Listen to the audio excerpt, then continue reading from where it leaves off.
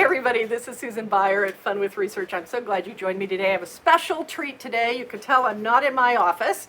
I'm traveling for a conference, and I have the great opportunity today to bring on the show the amazing Sarah McKenzie. So Sarah is a researcher in her own right, a statistician, and also happens to be the co-founder of Audience Audit and my sister. So yay! Aren't you all jealous? So excited here.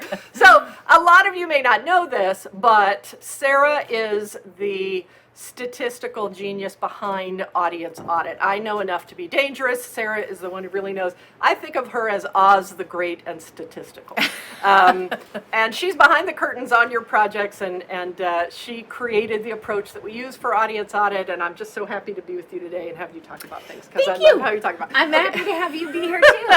So there's a couple things I would have her talk about today because I really like Sarah's perspective. So in your other job, you do research about education, and you spend a lot of time talking with people who are maybe not familiar with or comfortable with research. And I know a lot of people feel sort of intimidated about research in general, and certainly intimidated by researchers, and feel like, I don't know statistics, I can't talk to this person or whatever. So how do you know, a lot of the people watching this are talking to their clients about doing some research, and the clients aren't necessarily very sophisticated, and even the agency folks talking to them about it may not have a lot of experience with research. So how do you talk to people that don't know a lot about research to get them engaged in what you're about to tell them?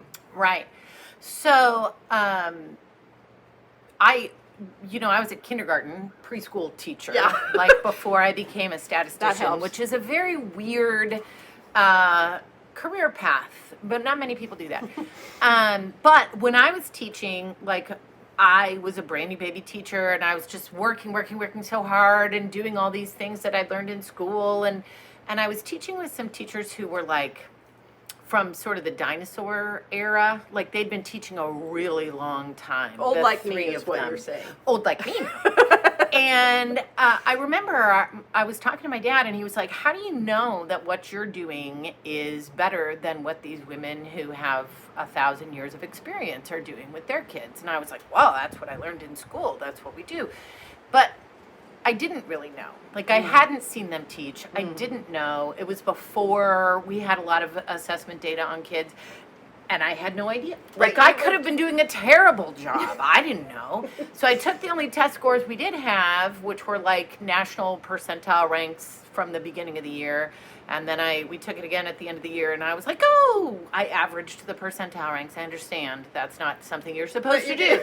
But I didn't know, and I was like, oh, my kids are above grade level. Well, of course they were above grade level, because it was that kind of school. So, I think that in terms of research, the idea is that you find out what you don't know. Yeah, that's such a that good maybe point. you're missing. Yeah. And my whole goal is to help people, like, they don't need to understand the methodology that we're using. They just need to understand how the results reflect something that can be helpful to them or to their clients or to their kids or whatever it is. So that's really, research is helpful. Yeah, and it's really valuable. Whoop, there goes our screen. It's really valuable input, I think, because the only time anybody really actually cares about how we do what we do is if I'm doing a study for a university and someone in the math department wants to know about our statistical approach. And that's when I cut and paste this block of copy that Sarah has taught me about why we do things a particular way we do and what our process looks like, and I just send it to them. And then everything's fine. But even as researchers, it can be very tempting to be like, oh, we're going to do it like this and this and this. And it's really not. It's what are you learning that you didn't know before? And and that's what clients always want to know. Right? What are they learning? And it's really vulnerable, right? Because you're having to admit that you didn't know something. But I was thinking about this earlier today, and it's like when you share a Netflix account with people in your house, you know what I'm talking about? Yeah. And then you go, and it's like recommended for you, and it's like some crazy we're doing MAGA. We're doing doing great in our outside video. That's okay. That's like good. it's some crazy like Japanese, cartoon or something that Yeah. clearly isn't right for me. Yeah. And I think when you're talking about businesses and knowing their clients, like just because my son lives in the same house as me and we use the same Netflix account, that doesn't mean that I want to watch the same thing that he's interested Right. in watching. And so it's like a misdirection. And I think we do that a lot in business and in education, where we just sort of say, oh, you're a third grade kid, here's what you need to learn. Or, oh, you're buying yoga pants, here's why we think you're buying them. Yeah. But people have all these different attitudes about that. It's so great. And this is one of the reasons I love having you guys be able to listen to Sarah, because I love how Sarah puts things, and she has amazing examples to talk about research-related things.